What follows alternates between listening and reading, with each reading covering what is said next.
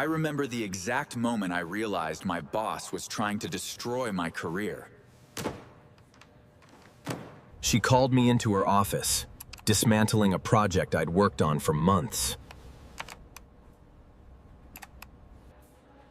The criticism directly contradicted her instructions. I had the emails to prove it. And that's when it hit me. This wasn't about my performance. This was something else entirely.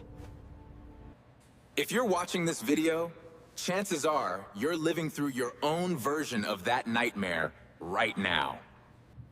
You've got a boss making your work life unbearable, but you can't quit.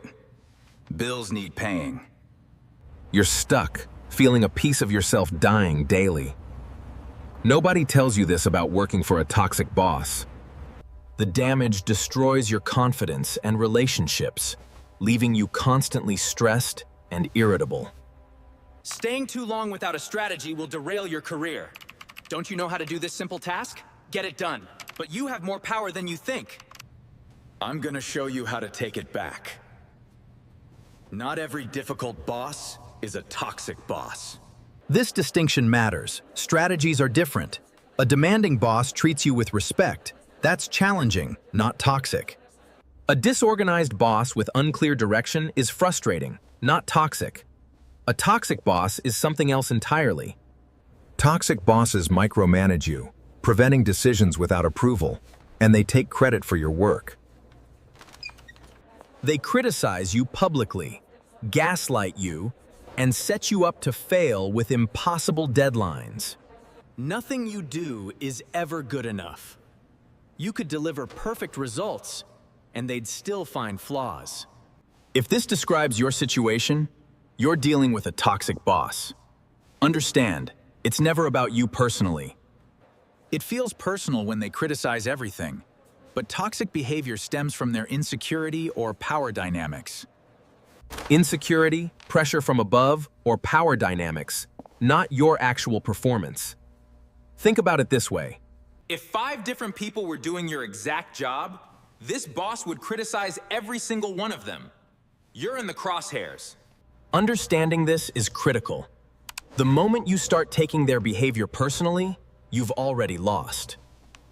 This distinction matters. Strategies are different. A demanding boss treats you with respect. That's challenging, not toxic. Here's what you do instead. Before your next meeting, take 5 minutes to mentally prepare. Ask yourself, what criticisms do they make? How do they undermine me? Play out the worst-case scenario in your head.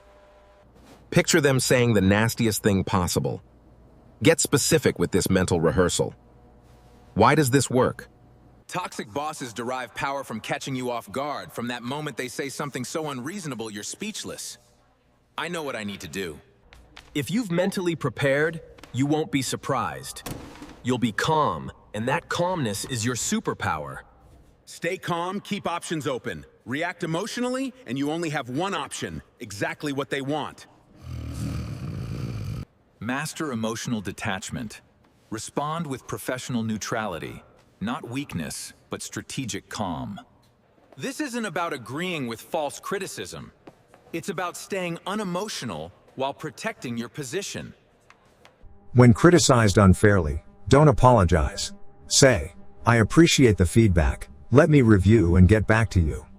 When they dump an urgent project Friday, say, I'll review commitments and provide a realistic timeline Monday morning. When they take credit, follow up with an email. Glad my concept is moving forward. Here's additional research. You're staying professional, setting boundaries, and creating a paper trail. You're buying time and protecting yourself. This brings me to the most important thing. Document everything. Every conversation, email, promise they make. Every time they move the goalposts, send a follow-up email after meetings, summarizing what was discussed. Summarize your commitments positively. Thanks for meeting, and I'll focus on X, Y, Z by Friday. Let me know if I misunderstood. If verbal instructions contradict prior guidance, confirm in writing. Confirming our conversation. Change the approach from A to B. Keep a private log of toxic incidents. Date, time, what happened, who witnessed it.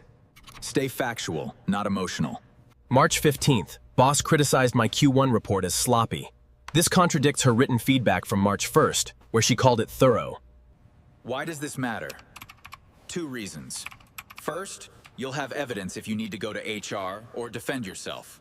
Toxic bosses rely on your word against theirs. Documentation levels the playing field. Second, it gives you psychological armor. With receipts, it's easier not to take behavior personally. You're not crazy or incompetent, you have proof. You can't just cope indefinitely. Set actual boundaries in a way that doesn't get you fired. Here's the framework. First, pick your battles. Choose the boundaries that matter most. Weekend work, late calls, public criticism. Second, frame boundaries for better performance, not preferences. Say, I do my best work when I can fully disconnect on weekends. Propose a protocol. Non-emergency weekend requests go into a Monday morning queue. Understood. If verbal instructions contradict prior guidance, confirm in writing. Confirming our conversation. Change the approach from A to B. You're proposing a system that benefits everyone. Third, enforce your boundaries consistently, but never emotionally. Hello? Let's talk about the nuclear option. HR. HR's job is risk management, not justice. Reporting your boss to HR is a point of no return. Your boss will find out, despite confidentiality promises. Without egregious violations, HR will likely do nothing. You've just painted a target on your back. When to go to HR? When you have extensive documentation of policy violations.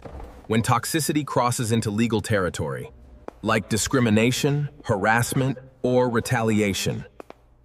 When you're planning your exit and need a paper trail. When other avenues fail and your health or safety is affected. Go to HR prepared, not emotional. The dates, times, and specific behaviors are all in the report. Present facts, dates, times, behaviors, your attempts to address it, business impact, and a specific ask. Not make them stop being mean, but I'm requesting a transfer to another department, or I need clear job expectations. For many, the better move is to start building your exit strategy while managing the current situation. This is where you extract value. You're living a masterclass in what not to do as a leader. Every miserable thing your toxic boss does, write it down. You're creating your personal leadership anti-playbook.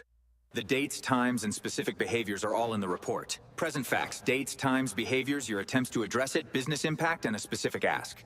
When they criticize publicly, you learn feedback should be private and constructive. This is valuable. Use this time to build skills for your next role. Quietly update your resume and LinkedIn. The goal is to methodically build your escape route, protecting yourself in the present. The hard truth: if your boss is truly toxic, they won't change. They've always been this way. Assess: can you survive until you execute your exit strategy? If yes, use every strategy I've given you. Hello, I need to schedule appointment. I haven't been feeling well. Constant headaches. Even if it's not the perfect next move. No job is worth your health and well-being.